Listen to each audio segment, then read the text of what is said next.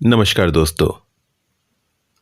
आज अपने चैनल पर हम आपके लिए लाए हैं एक स्टोरी और इस स्टोरी का नाम है मां साहब का स्कूटर।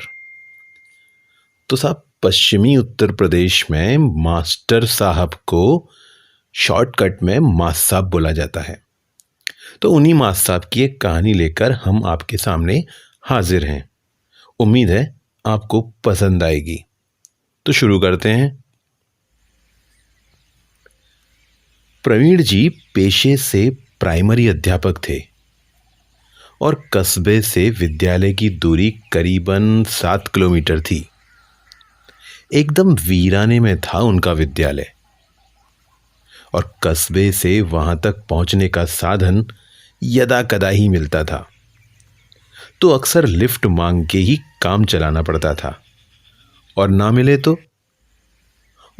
मिले तो प्रभु के दिए 2 पैर भला किस दिन काम आएंगे। कैसे उजड़ वीराने में विद्यालय खोल धरा है, इससे भला तो चुंगी पे परचून की दुकान खोल लो। लिफ्ट मांगते, साधन तलाशते प्रवीण जी रोज बस यही सोचा करते थे। धीरे धीरे कुछ जमा पूंजी इकट्ठा कर उन्होंने एक स्कूटर ले लिया। हाँ जी, वही इंडिया का प्यारा हमारा बजाज। तो चेतक का नया चमचमाता स्कूटर आ गया। स्कूटर लेने के साथ ही उन्होंने प्रण लिया कि वो कभी किसी को लिफ्ट के लिए मना नहीं करेंगे। आखिर वो जानते थे कि जब कोई लिफ्ट को मना करे तो कितनी शर्मिंदगी महसूस होती है। अब प्रवीण जी रोज अपने चमचमाते स्कूटर से विद्यालय जाते और रोज कोई ना कोई उनके साथ जाता। लौटते में भी कोई ना कोई मिल ही जाता। एक रोज लौटते वक्त एक व्यक्ति परेशान सा लिफ्ट के लिए हाथ फैलाए था। अपनी आदत के अनुसार प्रवीण जी ने स्कूटर रोक दिया और वह व्यक्ति उनके पीछे बैठ गया। और थोड़ा आगे चलते ही उस व्यक्ति ने छुरा निकालकर प्रवीण जी की पीठ पर लगा दिया। जितना रुपया है और ये स्कूटर मेरे हवाले करो, वो व्यक्ति बोला। प्रवीण जी की सिट्टी पिट्टी गुम और डर के मारे स्कूटर रोक दिया।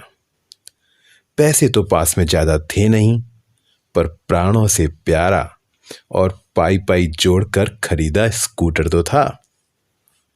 प्रवीण जी बोले, एक निवेदन है। क्या? यही कि तुम किसी को ये मत बताना कि ये स्कूटर तुमने कहां से और कैसे चोरी किया।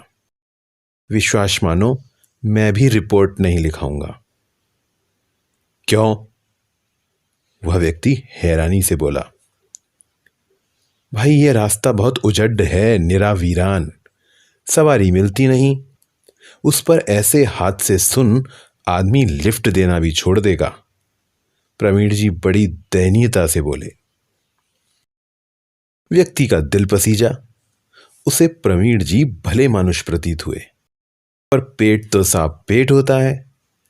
ठीक है, कहकर वह व्यक्ति स्कूटर ले उड़ा।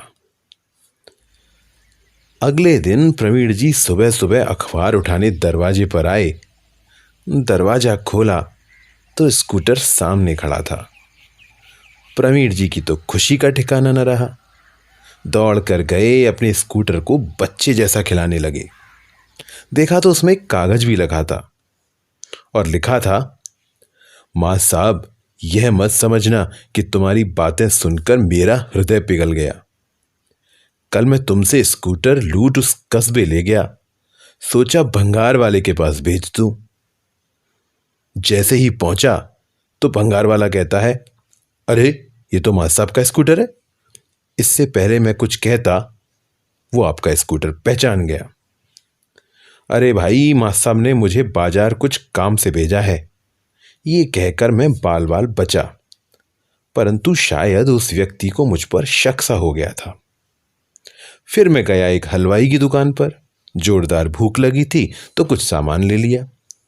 अरे ये तो मां साहब का स्कूटर है, वो हलवाई भी बोल पड़ा। हाँ हाँ, उन्हीं के लिए तो ये सामान ले रहा हूं, घर में कुछ मेहमान आए हुए हैं, कहकर जैसे तैसे मैं वहां से भी बचा। फिर मैंने सोचा कस्बे से बाहर जाकर कहीं इसे बेचता हूं। शहर के नाके पर एक पुलिस वाले ने मुझे पकड़ लिया। कहां जा रहे हो? ये मास साहब का स्कूटर तुम्हारे पास कैसे? वह मुझ पर गुर्राया। किसी तरह उसने बहाना बनाया। हे मास साहब, तुम्हारा ये स्कूटर है या अमिताभ बच्चन? सब इसे पहचानते हैं। आपकी अमानत मैं अब आपके हवाले कर रहा हूं। इसे बेचने की न मुझ में शक्ति बची है और न ही हौसला। आपको जो तकलीफ हुई उस एवज में इस स्कूटर का टैंक फुल करा दिया है। पत्र पढ़कर प्रवीण जी मुस्कुरा दिए और बड़ी गंभीरता से बोले, कर भला तो हो भला। बहुत बहुत धन्यवाद दोस्तों।